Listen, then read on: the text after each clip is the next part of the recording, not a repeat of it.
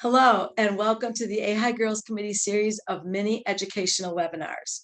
We have created these webinars to help families and their players be more in tune with some of the critical rules, concussions, nutrition, officiating, mental health, etc.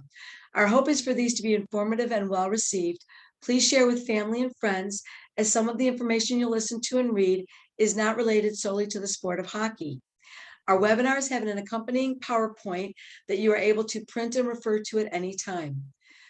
These will all be located on the AHI, on the girls page of the AHI website, as well as the AHI YouTube channel. This webinar will be presented by Kimmy Smith and will cover concussions and brain health. Kimmy, take it away. Thanks, Anita. I'm going to share my screen here.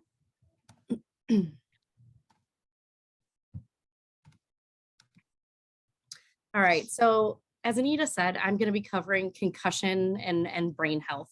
My name is Kimmy Smith. I am on the girls hockey committee with Anita.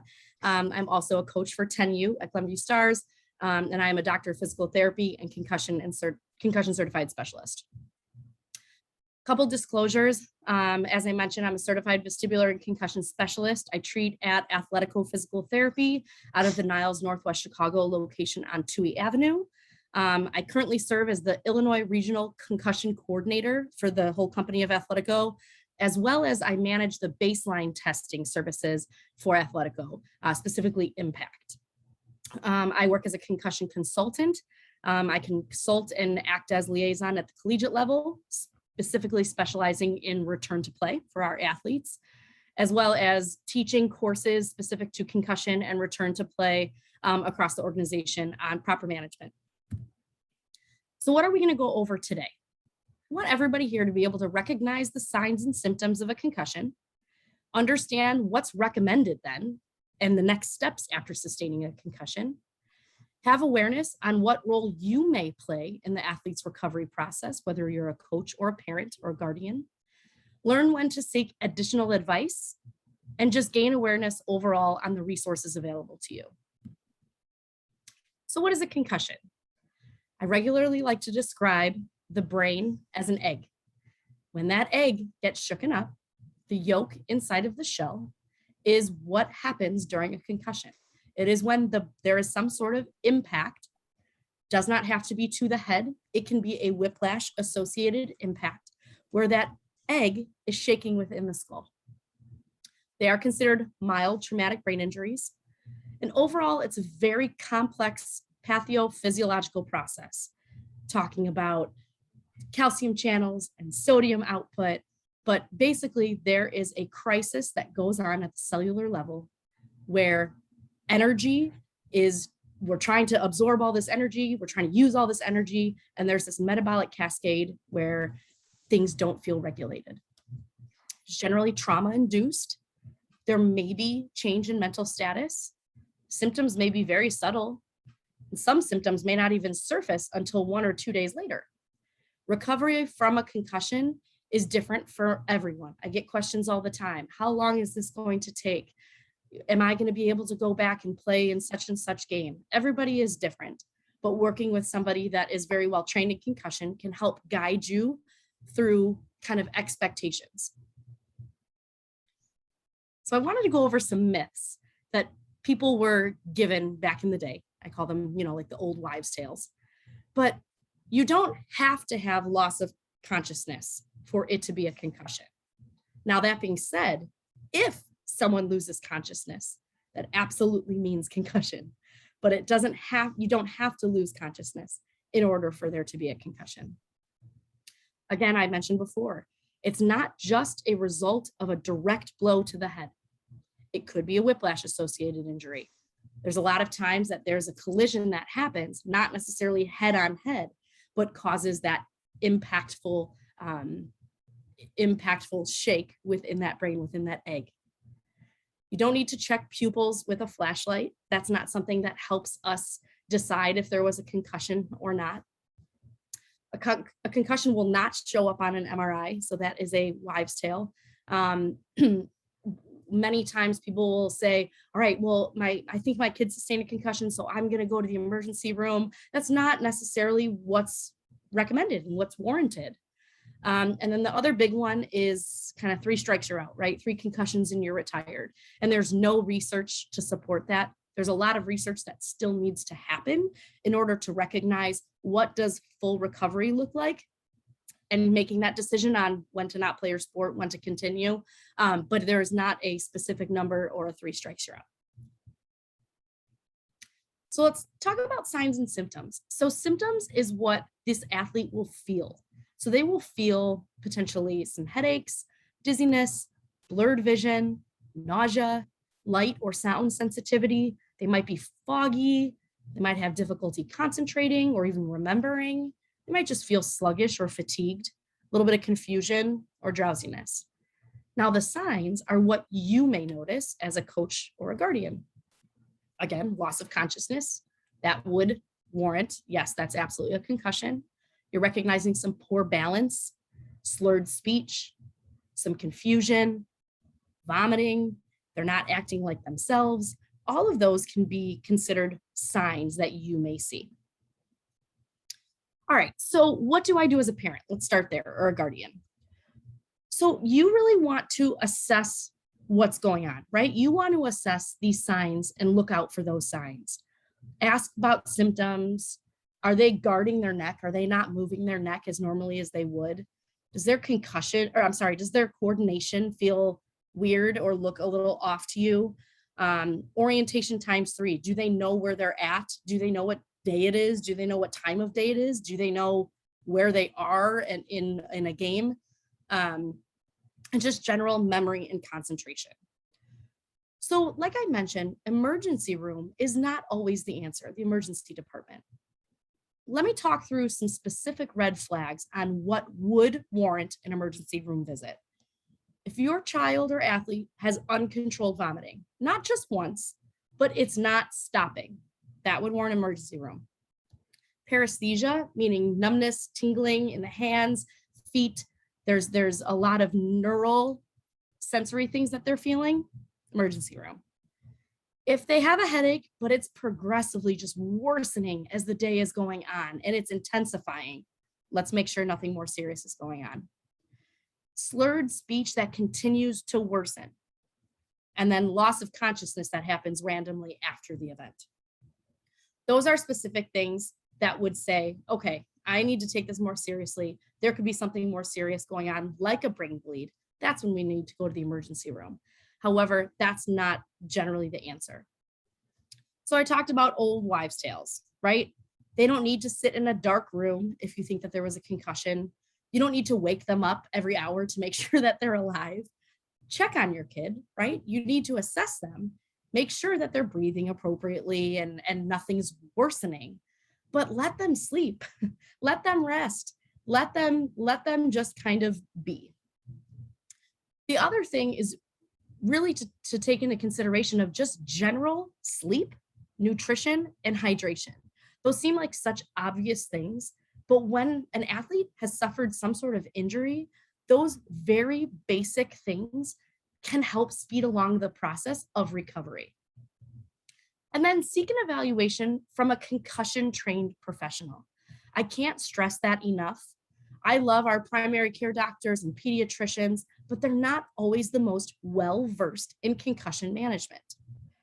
We at Athletico can offer free assessments, evaluations. We're trained in concussion management, but you can also use me as a resource in the state of Illinois to help guide maybe a referral to a sports neurologist or a neuropsychologist, somebody that, again, is very well-versed in concussion management. That's who you want kind of guiding the treatment. So what do I do as a coach? Recognizing that not every impact that causes symptoms is a concussion, right? We sometimes think like, oh, they got a hit and they came off and they're like, oh, my head kind of hurts. Okay, that doesn't always mean concussion, and it's not your job to diagnose. Certain things that can also mimic symptoms of a concussion: dehydration, exertion in heat. Obviously, we don't have that problem in a hockey rink. migraines kind of previous to the injury, just general trauma to the body, and a neck strain. Those can all mimic symptoms of a concussion. So again, it's not your job to diagnose. It's your job to assess the same things as I recommended to a parent or guardian. But when in doubt, sit them out.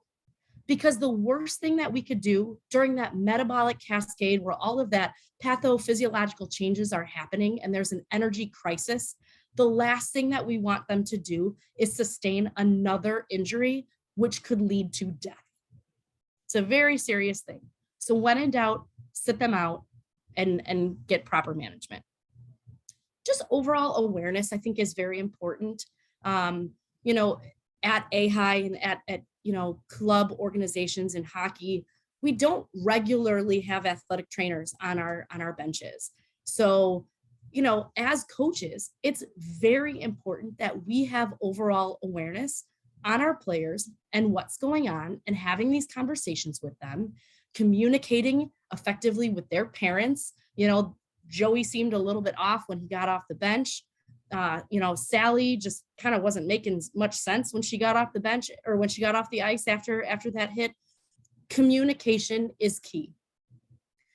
The other big thing that I really want to stress here is accountability to the return to play protocol. We're going to go over that here in a little bit, but I cannot explain this enough that if an athlete returns to sport too soon, after they have not fully recovered yet, these athletes are the ones that are having lingering symptoms for months. Early exposure to somebody that's well trained in concussion management means early guidance, early education to help get them through this return to play protocol as safe and as fast as possible. Lean on your organizations, lean on your hockey directors, make sure that there is some sort of concussion protocol in place for your organization. So I kind of talked about this a little bit already, but relative rest is normal, okay? But we need them to gradually be exposed to their normal life as they can tolerate. So we don't want them to, sit in a dark room, don't be on your phone, don't be on the TV, don't read, don't do all those things. Well, why not? If they aren't having symptoms, they are able to do relative gradual exposure to their day-to-day life. Now, that doesn't mean any strenuous activity, right? That should be avoided or limited at all costs until there's been an evaluation by a concussion-trained professional. But the worst thing we can do is take all the things away from them and expect them to feel normal anytime soon. All the latest and greatest research shows that gradual exposure to their normal day-to-day activities is what helps decrease the length of time of recovery. You want to avoid excessive over-the-counter medications like Tylenol, Advil for their headaches, unless directed by a physician. Again, this may hinder what's going on. We may not even be able to see what are all the symptoms that an athlete is experiencing. So excessive use of those medications doesn't help us with evaluation. Make sure that the school nurse, guidance counselor, or administrator is involved as well for any accommodations with school. Per IHSA guidelines, every school needs to have a concussion protocol. And I've had some great experience working with elementary schools and other administrators in regards to concussion management and return to learn and return to play. So now I want to talk about, what if something's not getting better with just that gradual exposure to normal activity, right? Because most concussions, meaning 70 to 80% of concussions, will heal with gradual rest and gradual exposure to activity. But what if your athlete isn't? That's when physical therapy is generally warranted. There's usually something more significant going on with the neck during the trauma. There may be an eye or ocular motor control deficit. There may be a vestibular abnormality, and that's our balance center in our inner ear. There may be an exertional or autonomic nervous system intolerance. Behavioral, right? Mood may be off and warrant some sort of therapy, not necessarily physical, but looping in an additional professional. And then cognitive, as well as return to play assistance. So with AHI, every hockey player between the ages of 11 and 18 were able to get their baseline impact test done at certain athleticos across the region for $15. That ends November 1st, by the way. So if you haven't gotten your child's baseline concussion test, you have until November 1st. But I wanted to talk about, what does baseline testing mean? Because I get a lot of questions and emails throughout this, as this is what I manage mostly for Athletico. So impact doesn't diagnose a concussion. So if you got your baseline test and you think your child sustained a concussion, you don't need to call us and say, hey, I need to get another impact test. I think my kid sustained a concussion. What we need to do is loop you in with an evaluation with a concussion expert, right? Whether that's doc, PT, whatever the case may be. Now, the physician may recommend a post-injury baseline, or I'm sorry, a post-injury impact test. Great. At that time, we're able to offer those post-injury tests.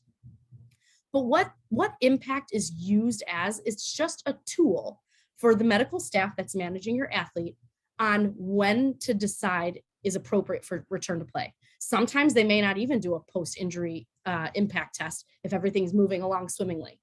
But there may be times, especially if there's that cognitive or reaction time delay, where a post-injury test is necessary. But again, that recommendation on post-injury test is coming from the physician, okay? Now, the other question that I always get is, okay, I got my baseline test. I need to get the report because I need to give that to my coach. I need to prove, that I got my baseline test. Your coach does not need the actual results or report of the test. They just need the receipt that shows that you took the test. And that's the handout that we give when you're complete. All right, so when can my athlete return to play? Like I mentioned, a physician is managing that aspect of it. So in the state of Illinois, a physician has to be the one that clears an athlete to return to play. There is a graduated return to play protocol that's in place, and a licensed healthcare professional should help guide you through that.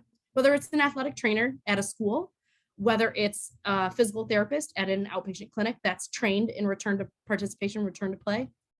And because the athlete may feel fine, totally at rest, but the symptoms may be exacerbated with certain exercise, certain dual tasking. So we're going to go over the return to play protocol here soon.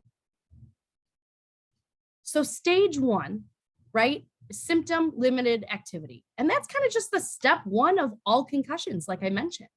Just gradually exposing them to their daily activities, making sure that they don't provoke any symptoms anymore. Gradual reintroduction to work or school activities. Great, check. Then we would integrate some light aerobic activity, walking, biking, any sort of slow pace with the goal of increasing the heart rate to see if that provokes any symptoms. Stage 3 is where we integrate some more sport-specific exercises. For hockey, we have the stride board out. We have them sliding back and forth, bringing their sticks, doing some stick handling, doing some up and down movements, quick turns, quick spins, anything to simulate them having to turn their head a ton, calling out index cards, flashcards. Again, that dual tasking of getting them to ensure that there's no symptoms. Then non-contact training drills. So this would mean that they are cleared for non-contact practice, right?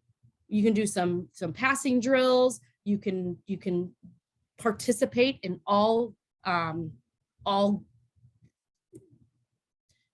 Basically, what I want to make sure I preface here is I don't want to say all practice activities, because as we know, there's a lot of times that we do 2-on-1s, 1-on-1s, 3-on-1 battles where there's some contact associated with that.